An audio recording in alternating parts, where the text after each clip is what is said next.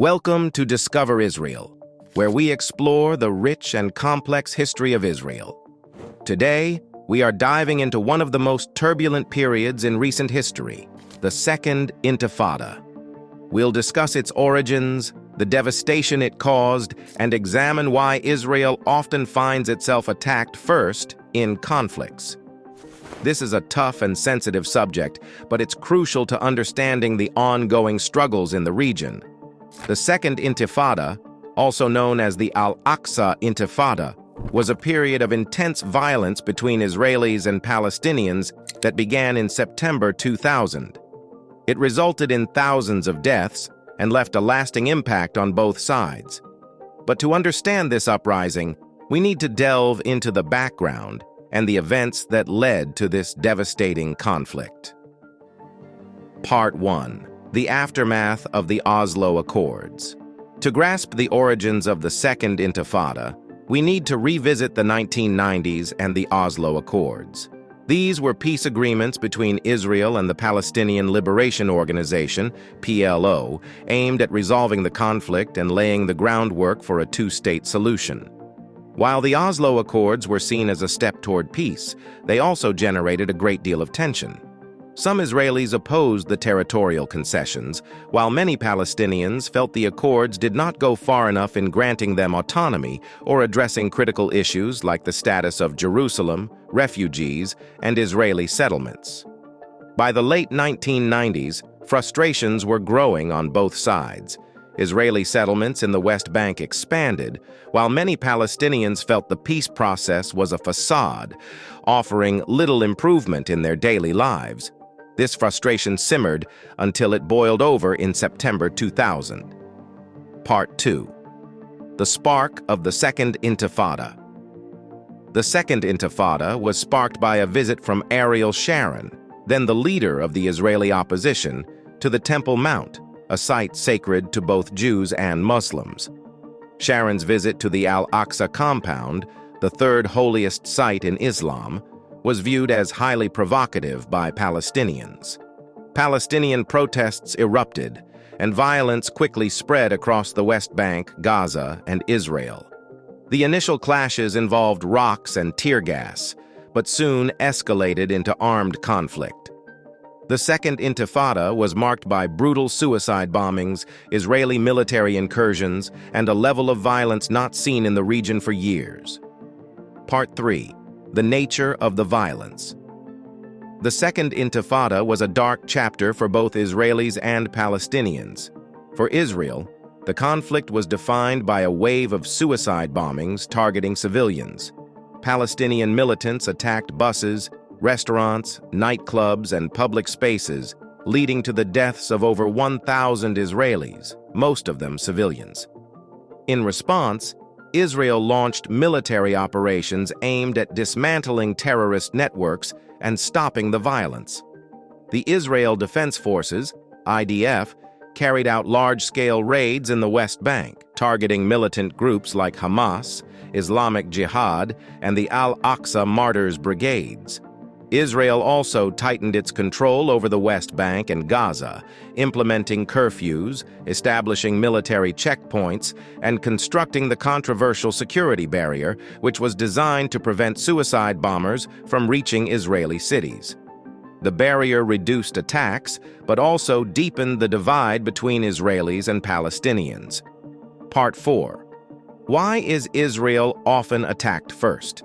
One of the persistent questions in this conflict is, why is Israel often the target of attacks first?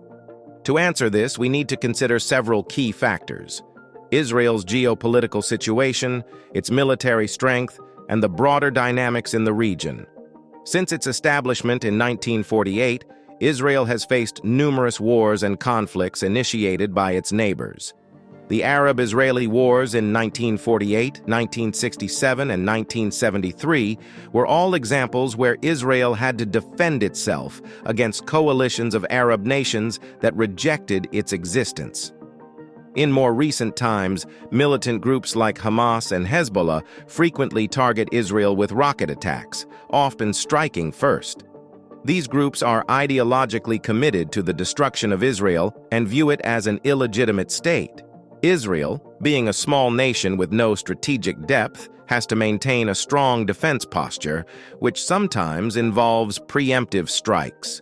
Israel's enemies often use asymmetric warfare tactics, knowing that conventional military operations are unlikely to succeed against the Israeli military. Part 5. The role of terrorism and ideology. The Second Intifada and subsequent conflicts are fueled not only by territorial disputes, but also by deeper ideological and religious factors. Groups like Hamas and Islamic Jihad see their struggle as a holy war, or jihad, against Israel. Backed by Iran and other regional actors, these groups use violence to further their goals. Suicide bombings, a hallmark of the Second Intifada, were particularly devastating for Israel. These attacks targeted civilians indiscriminately, aiming to create fear and instability. Hamas and other groups justified these attacks as a form of resistance, but they were condemned by the international community for their brutality. Israel's military responses, while necessary for security, have often been portrayed negatively in the media, especially when civilian casualties occur. However, it's important to recognize that Israel is in a position where it must defend its people from constant threats, many of which are initiated without provocation. Part 6. International Perception and Media Narratives. The Second Intifada was not just a physical battle, but also a media war. Images of Palestinian youths clashing with heavily armed Israeli soldiers became iconic, leading many around the world to view Israel as the aggressor. International media often focuses on Israel's military might, while downplaying the terrorism and constant threats that Israeli civilians face. This media bias has contributed to the perception that Israel is always the aggressor, even when it is responding to attacks initiated by groups like Hamas. Part 7. The Aftermath and Legacy of the Second Intifada. The Second Intifada officially ended around 2005, but its effects are still felt today. Thousands of people died during the violence, and the mistrust between Israelis and Palestinians deepened. The conflict caused immense suffering on both sides. While there have been attempts at peace, such as the Roadmap for Peace and various negotiations, the deep-rooted issues remain unresolved. Part 8. Why the conflict persists. Despite efforts at peace, the Israeli-Palestinian conflict persists. At its core, the conflict is about more than just land. It's about identity, security, and survival. For Israel, the need for a strong defense has been shaped by decades of attacks, invasions, and terrorism. The Second Intifada was a devastating and transformative period in Israeli and Palestinian history.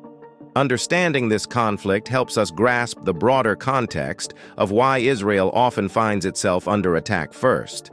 It's a complex story, but by learning from the past, we can hope for a more peaceful future.